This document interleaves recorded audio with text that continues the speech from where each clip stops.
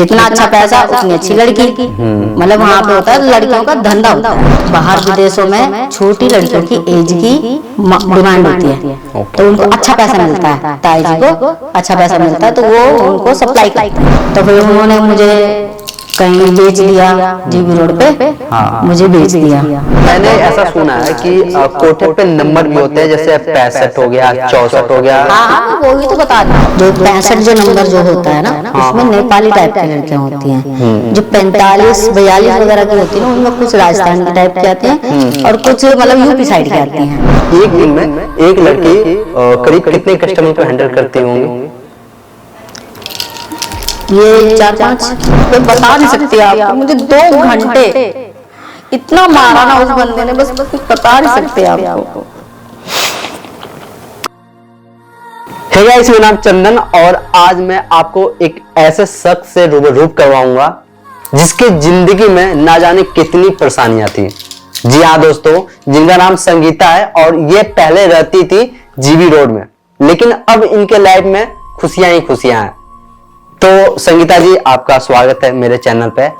और आप अपने बारे में बताइए, आप कैसे इस हालात से निकलकर आप अच्छी जिंदगी जी रहे हैं? मैं 6 साल की थी तो कार एक्सीडेंट पे मेरे मम्मी पापा का मतलब डेथ हो गया था। ओके। तो 6 साल की को मेरे मामा ले आए थे मुझको। ओके। तो उन्होंने अपने पास ही रखा मुझे। हाँ। तो मतलब स्कूल तो मुझे जाने नहीं देते थे, घर का काम वाम कराते थे। तो मामी और मामा में थोड़ा झगड़ा वगैरह कुछ होता था, तो कहने लगे कब तक रखेंगे इसको। मतलब आपके मामा ने पढ़ने के लिए नहीं भेजा आपको? नहीं, वो घर का ही काम करवाते थे। मामी की और उनकी जैसे भाई मैं होती रहती थी, कहते खाम खा वो तो मर गए, इसको हमारी छाती पे छोड़ गए। तो फिर बोलने लगे मेरे मामा ने कुछ प्लान बनाया होगा कि इसे निकाल देते हैं यहाँ से, किसी को भेज देते हैं, किसी को रिश्तेदार कोई था नहीं हमारा।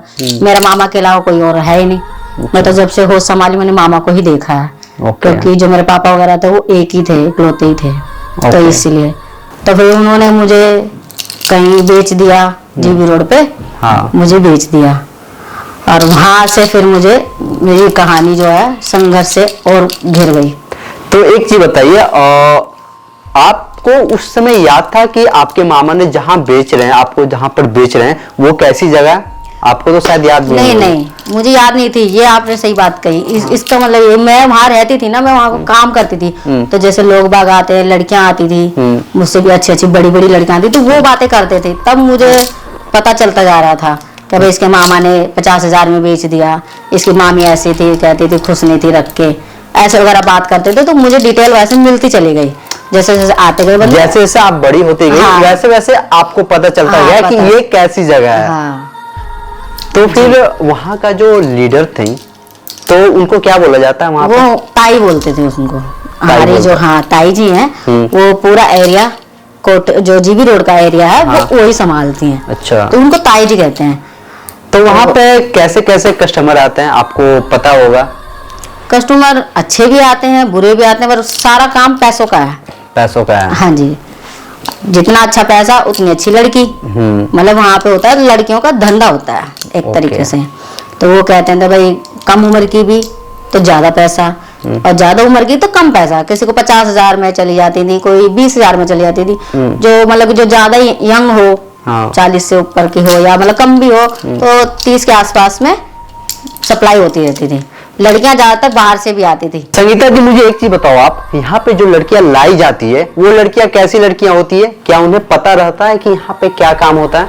जी नहीं, पता नहीं होता। वो तो कम उम्र की होती है और उन्हीं लड़कियों को लाया जाता है कि जिनके माँ बाप नहीं होते हैं। ओके। जैसे मामा ताऊ चाचा ताऊ कोई पाल रहा होता है, या उनसे या स्कूल में से भी उठा लाते हैं बाजी तो। ओके। और उनको ला के और 15-16 तक की एज में उनकी परवरिश करते हैं। ओके। और बाहर विदेशों में छोटी लड़कियों की एज की डिमांड होती है। तो उनको अच्छा पैसा मिलता है, ताई जी को अच्छा पैसा मिलता है, तो वो उनको सप्लाई करती हैं। आपको, आपके कहने का मतलब ये कि कम उम्र की लड़कियों को ज्यादा पैसा मिलता है? हाँ। और ये सारा काम सारा ताई जी का अंडर में रहता है? हाँ, ताई जी के अंडर में रहता है जी ये। अच्छा, तो आप मुझे ये बता सकते हो, जहाँ पे आप पहले रहते थे जीबी रोड में, वहाँ की गलियां, सड़कों और वहाँ का रहना खाना कैसा है?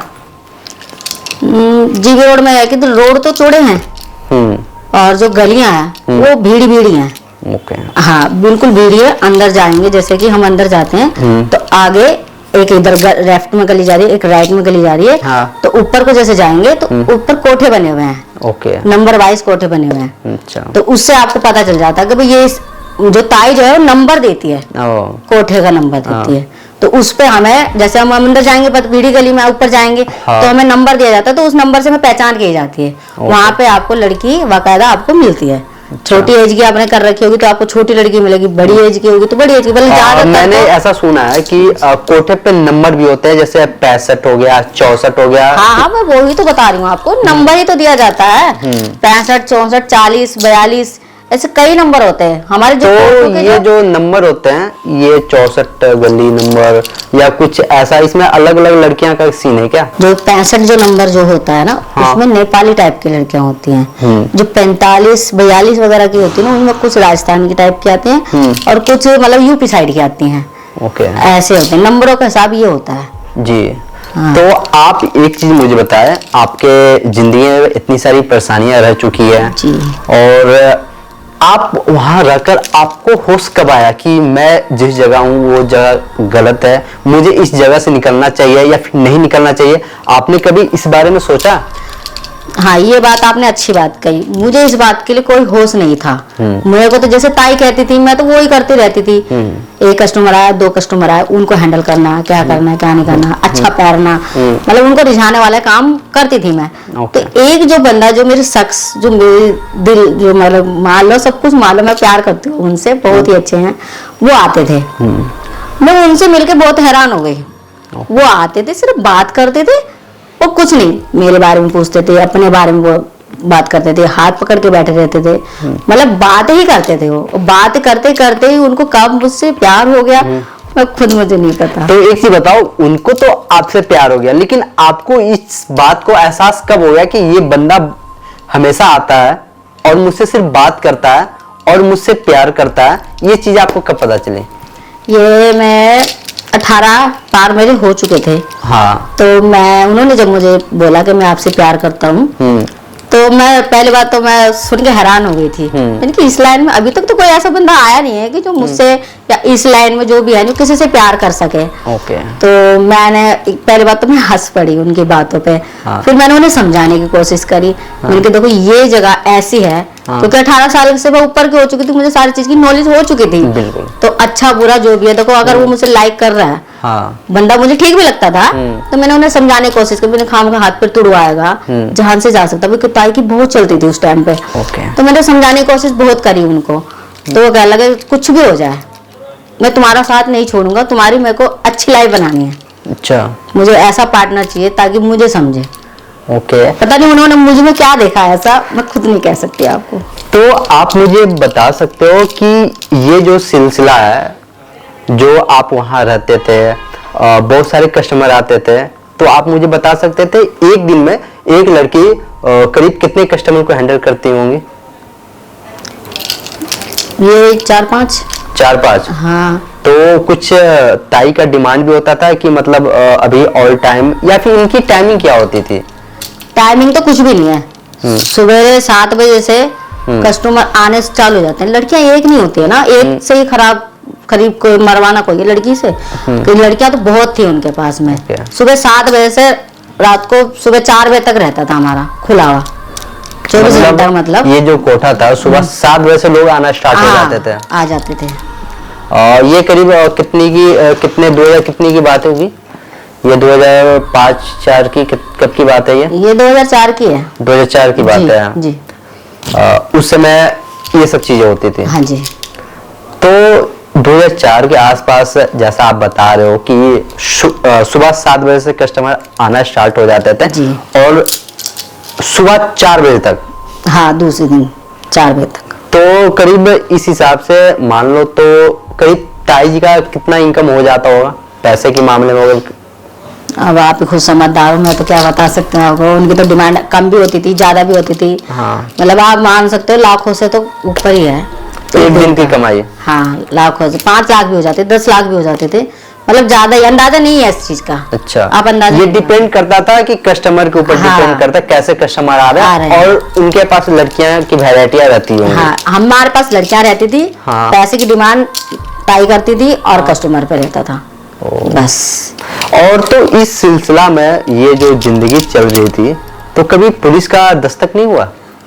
ओफो, क्या बात कर रहे हो। धंधा अगर ताई चला रही है तो पुलिस वाले तो मैक्सिमम आना बनता है। वो तो अपना खर्चा पानी लेने के लिए आते थे, उनका कोई रोल ही नहीं है। कभी कभी लड़की, हाँ, उनका तो खर्चा पानी बांध के रख रखे थे ताई जी ने। और जब कभी खर्चा पानी भी ले आते, जो किसी लड़की जो पसंद आ जाती थी तो लड़की आगे कर देती थी। तो मतलब ही नहीं है कुछ बोलने का उनका। तो ताई जी करीब इन्हें पुलिस वालों को कितने पैसे देते होंगे? अब देखो ताई इतना तो अंदाजा नहीं है, पर सुना था वो पैसे देके निपटा देती हैं उनको। मतलब जो भी पुलिस आती थी चेकिंग में, ताई जी से उनकी बात थी और वो डील कर लेते थे। हाँ, वो डील कर लेते थे। मतलब यहाँ पुलिस वाले भी उनके सपोर्ट में रहते थे? सपोर्ट में थे जी। अच्छा, तो आप अपने बारे में अब चलते हैं। आप बताओ, आपकी शादी की हुए करीब कितने साल हो गए अभी? मेरी शादी को 15 साल। 15 साल हो गए। और ये लड़का आपका बेटा है? हाँ, 11 साल का। 11 साल का लड़का। क्या नाम है इनका? सन्नी। सन्नी नाम है इनका। तो आप एक चीज बताइए, जब 18 साल के आप थे तब आपको एक लड़का प्यार करता था, ठीक है? उसके बाद कब आपकी उस लड़के से शादी हुई? इस सिलसिले को हमारे 4 साल लग गए थे हमको। मतलब मैंने बहुत समझाया बुझाया उनको बहुत, पर वो मानता ही नहीं था। मानता ही ऐसे मतलब कभी आ गया, कभी मैंने भगा दिया, कभी भेज दिया। मतलब गुस्सा भी हो जाती थी मैं, पर वो मानता ही नहीं था। इतना पागल हो रखा था। तो इस बात को खींचते कहते हैं, हमें 4 साल हो गए थे। 4 साल हमने खींच लिया हमने। 4 साल के दौरान वो आपसे प्यार करते रहे और आपको हमेशा समझाते रहे कि ये चीजें से निकलो, ये चीजें से निकलो। तो फाइनली आपके मन में कुछ ऐसा नहीं आया कि इस धंधे से अगर निकल कर मैं कहीं और जाता हूँ तो ताई जी मुझ पे गुस्सा करेंगी या फिर सब सोच के ही तो, सब सोचने में ही तो 4 साल लग गए, यही सोच के तो मैं कैसे निकलूंगी, क्या होगा, कि अच्छी लाइफ मिल सकती है नहीं मिल सकती। बहुत सोचा मैंने इस चीज के लिए। संगीता जी, मुझे एक चीज बताओ, आपने कब ये प्लान बनाया कि अब इस दलदल से निकलना चाहिए मुझे? वो ये हुआ था कि एक दिन रात को 3 बजे के आसपास मैं सो रही थी। ताई जी ने मुझे बुलाया क्योंकि उस टाइम पर लड़कियां सब सो गई थी। हाँ। तो मुझे बुलाया तो मुझे रूम नंबर 44 में मुझे भेज दिया। ओके। तो 44 भेजा तो मैंने वहां जाकर देखा कोई एक बंदा बैठा है। हाँ। क्रिमिनल था वो। देखने में ही मतलब अजीब सा लग रहा था। इतनी बड़ी बड़ी दाढ़ी, आंखें मोटी मोटी लाल। हाँ। तो क्रिमिनल लग रहा था मुझे। तो क्रिमिनल था ही वो। हाँ। वो तो बाद में मुझे पता चला कि क्रिमिनल ही था वो। ओके। अब जैसे मैंने एंट्री करी तो दरवाजा बंद करने के लिए उसने लात मारी। लात मार के मुझे ऐसे फेंका। हाँ। मैं शॉक रह गई। मैंने कहा बंदा है, मैंने कहा और भी कस्टमर आते हैं, ये किस तरीके से हैंडल कर रहा है मुझे। मैं हिल गई एक बार को। ओके। तो उसने मुझे आओ देखा ना ताव देखा, जैसे मुझे फेंका तो उसने बेल्ट उतार दी अपनी। ओके। मेरे सारे रोंगटे खड़े हो गए। मैंने कि ये बंदा कैसा मिला मुझे, मैं बता नहीं सकती आपको। मुझे 2 घंटे इतना मारा ना उस बंदे ने, बस बता नहीं सकते आपको। मतलब पूरे 2 घंटा आपको बेल्टों से मारता रहा?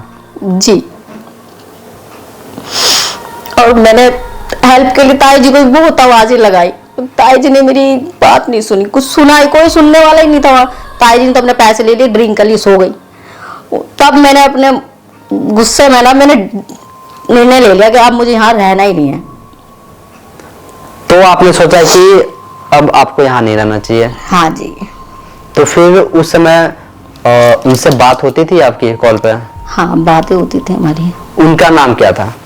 उनका दीपक। दीपक नाम था जी। जो आपसे प्यार करते, जो हमेशा आते थे करीब 4 सालों से? हाँ जी। तो फिर आपने दीपक से कैसे बात करी है, या फिर दीपक ने आपको क्या बोला? तो उस टाइम पे तो मैं बात नहीं कर पाई। फिर मैंने दूसरे दिन सवेरे बात करी थी 8:10 पे। मैंने दीपक जी को फोन करा तो दीपक जी कहने लगे, तो मैंने तो आपको कितने दिन से कह रहा हूँ आप छोड़ दो, मैं आपकी अच्छी लाइफ बना दूंगा। तो अगर आप पहले से आ जाते तो आपको शादी दिन देखने भी नहीं पड़ते। तो फिर वो मैंने बोल दिया ठीक है, आप जैसे कहोगे मैं एग्री हूँ आपके साथ चलने के लिए। ओके। तो आपने ये फैसला खुद अकेले लिया या फिर ताई जी को आपने बताया था? ताई जी को तो मालूम हो जाती तो मुझे जिंदा गाड़ देती। मैंने ताई जी को क्यों बताना था, मैंने तो किसी की हेल्प लेनी थी ना, कि भाई ताई जी उठ ना जाए, या वो जो 2 गार्ड जो बैठा रखे थे उनके ध्यान बटाने के लिए। ओके। तो मेरे पास 1-1.5 लाख रुपए का करीब मेरे पास केस था। कपड़े लत्ते मैंने कुछ नहीं लिए थे, क्योंकि जो मैंने केस ही ले लिया था, मैंने कि बाहर तो ले ही लेंगे। भागने की रात की बात है। हाँ, उस दिन की रात की बता रही हूँ मैं आपको। उस हादसे के कितने दिन के बाद आपने भागा था वहां से? 3 दिन नहीं लगाए थे मैंने, तीसरे दिन चली गई थी मैं। मतलब जो हादसा आपके साथ हुआ था उसके 3 दिन बाद आप भागने का प्लान बना रहे थे? जी। तो उस रात क्या क्या आपको झेलना पड़ा था भागने के लिए? नहीं, उस दिन तो मैं नॉर्मल ही थी। किसी को मतलब जैसे और दिन रहती थी ऐसी रहती रही, किसी को पता नहीं लगने दिया कि भाई मैं आज यहाँ से जाने वाली हूँ। किसी को पता भी नहीं था कि कोई दीपक है जो मुझसे प्यार करता है या कुछ नहीं, किसी को डाउट नहीं होने दिया मैंने।